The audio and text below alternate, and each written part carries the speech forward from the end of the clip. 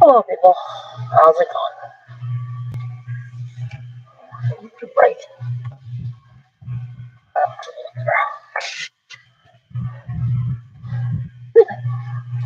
Well, I did a little more reading than I normally do for a while, and I got some reading done.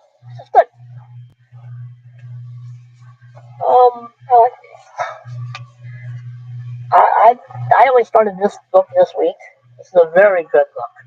They died in vast numbers. 8 million men and women driven forward in suicidal charges, shattered by German shells and tanks. They were the soldiers of the Red Army, an exhausted mass of recruits who confronted Europe's most lethal fighting force. By 1945, had defeated. For 60 years, their experiences were suppressed, replaced by patriotic program propaganda. We know something of how the soldiers died, but knowing nothing of how they lived, let alone how they saw the world or why they fought. In this monumental work of investigation, Catherine Meridell rescues Russia ranks and file for the official piety of war memorials, offering him once a gripping history of Stalin's conscripts and masculine narratives. This is a pretty good book. I like this book. It really makes you understand what the Russians, what it was like living under Stalin. Stalin was a dictator. I don't understand people who want to welcome socialism and communism. They need to read this book and realize what happens in Iran, a communist country. Because these people were treated like cattle.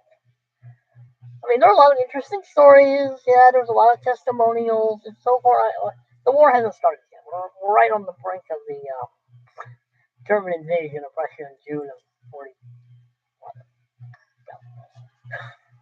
But I like this book. My friend Yogi, who did fight on the Russian front, on the Russian front for the Germans on Battle of Moscow, recommended this book highly. He recommended this book very, very highly. But this is a good book. It really does talk about what it was like to live under Stalin, what it was like to live in the Russian army, what it was like to basically be in a country that you were fed propaganda constantly. Everything was propaganda. I mean, there was no freedom of thought. You didn't disagree with anybody, and you didn't tell anybody anything. This is communism. Okay? But this is a very interesting book of what the Russians went through during the war. I mean, I've heard my friend Yogi really explained. This book is excellent. This is a must-read for those who want to understand the Russian part of the war, even if he was on the German side. But yeah, I haven't got very far in it. But at the moment, it talks about testimonials of people who lived before the war, and talk about how some people still think very highly of Stalin and how they still highly of communism and all kinds of other things. You know, it's just. I had to turn something off, sorry. Somebody was talking to me on Facebook. But anyway, but excellent book. I started it, so I'm not very far. My mom is also reading this book. My mother also likes this book very much, and she might be already done with it already. She reads faster than I do. A book I sort of skimmed through, but I bought last week is this one, the Anthony Beevor book of Stalingrad. This is supposedly a very, very good book. Also, some recommendation by other channels that I watch. But I do have a few of his other books, the Beaver's books, so I bought it. I've been trying to find this book. Stalingrad, the Fateful Siege, 1942 to 1943. The Battle of Stalingrad. Not only was a psychological turning point of World War II, it also changed the face of modern warfare.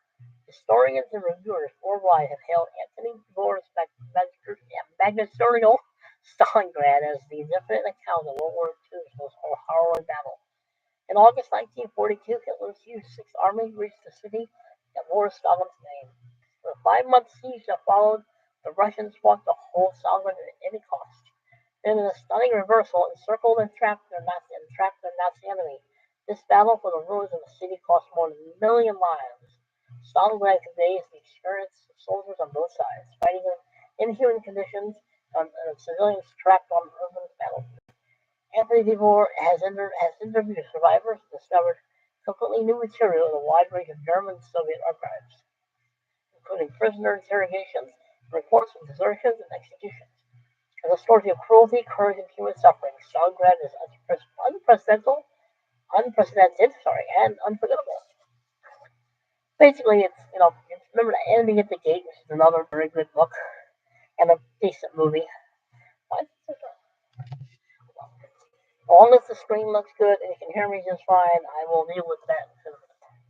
But I read the first chapter of this. I'm gonna finish the Ivan's War book first. But I wanted to show that I read a little bit of that this week. I'm plodding through my New Guinea campaign. We're about to have the bloody Battle of Buna. I mean, it's almost probably one of the most famous battles in the entire New Guinea campaign. Let's see.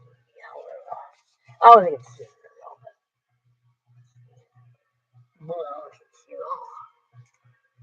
You see that? Let's try to do this sort of angly thing here. There we go. Buddha was a bloody campaign. I mean, I do have a Job War book on the Battle of Buddha by McDonald. Just Charles McDonald. I like this book. It's another good World War II book.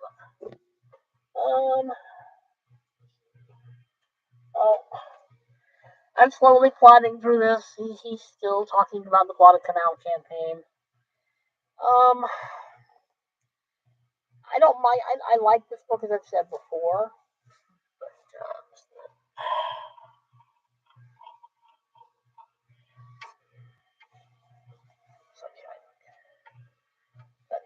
I don't know. My opinion on this book kind of wavers between it's fairly decent to you're kind of glossing over. You're giving the whole story, but you're leaving out a lot. It's hitting a very almost sanitized version of the Japanese Navy. Not completely, but enough that it kind of makes you wonder because he doesn't really think the Nanking thing was really no big deal. The Nanking Massacre, which I do have that book, by the way, the Irish China. Oh, also I read this week. I know I read something.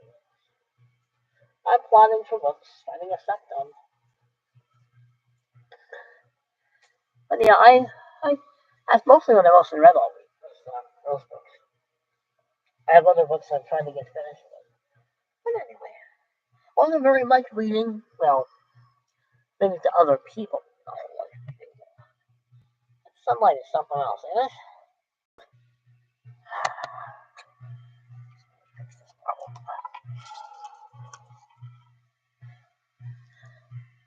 That's better. Should have done the first version, dummy. Anyway, but I know I didn't read any fiction this week. I didn't read most of the history books. I just said me and Mom were talking about the Russians and the army and Ivan's War last week on the phone because I talk to my mom every Sunday. She's reading it. I started reading it again. I got the Stalingrad book because I like the war.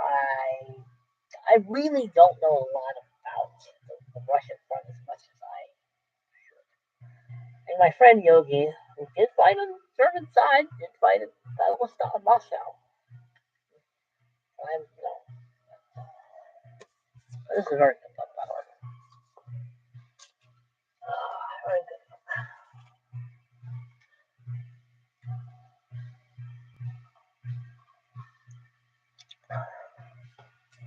Of all the books I've read, mostly been reading this one because it is interesting. I mean, it is really interesting psychological warfare, and the psychological manipulating of the communist government and Stalin. I mean, this book makes you wonder why people trust communists, and wonder why you trust socialists when they really are not trustworthy with their own people. I mean, they were treated like cattle. They just said, look, go die for Mother Russia and Stalin, or else. You're going to do what you're told, or else. You're not going to question anything we say, or else. We have gulags for people like you. Talks about the gulags. Talks about a lot of things. Even though I'm only that far in.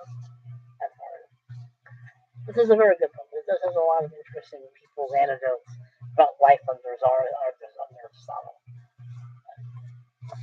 Excellent book. My mother and I recommend this book highly. My mother recommends it. Do not question my mother. My mother is a wonderful person. Do not question my mother. I love my mother. We have some great conversations about books and things. A lot like my mom. I don't think I read anything else besides those books. I don't think so. I don't think so. No, got tons of books on my left. Anyway, this video is not going to be very long. Like, share, comment, subscribe. Thank you for watching.